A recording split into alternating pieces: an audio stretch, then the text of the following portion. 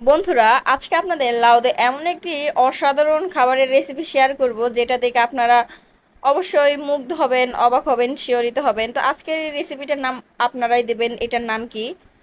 একটা লাল দীক্ষা লাউ নিতে হবে, সেটাকে পিস পিস করে কেটে সেটার সাথে খেজুর সিদ্ধ করে নিতে হবে। তারপর দুইটা পাত্রে দুটাকে ম্যাশ করে নিতে হবে। ম্যাশ করা লাউয়ের মধ্যে একটু ময়দা, ইস্ট এবং পানি দিয়ে একটা ডো বানিয়ে নিতে হবে। তারপর সেই ডোকে হাত দিয়ে ভালো করে মথে নিতে হবে। ভালো করে মথে নেওয়া শেষ হয়ে গেলে সেটাকে রোল বানিয়ে নিতে হবে। রোল বানানোর পর সেটাকে পিস পিস পিস পিস করে কেটে নিতে হবে। কেটে নেওয়া অংশগুলোকে তারপর বল বল করে নিতে হবে। তারপর সেই একটা একটা বলকে লম্বা করে রুটি বেলে নিতে হবে। তারপর যে ম্যাশ করা খেজুর রেখেছিলেন সেটার উপরে দিয়ে সেটাকে রোল করে নিতে হবে। তারপর একটু চাকু দিয়ে একটু লম্বা করে কেটে নেওয়ার পরে গরম পানির ভাবে সেটাকে অনেকক্ষণ সিদ্ধ করে নিতে হবে। সিদ্ধ হয়ে গেলে রেডি আপনাদের লাউয়ের রেসিপি। আজকে এই রেসিপিটার নাম কি দেবেন আপনারা অবশ্যই কমেন্ট বক্সে আমাকে জানিয়ে দেবেন। ধন্যবাদ।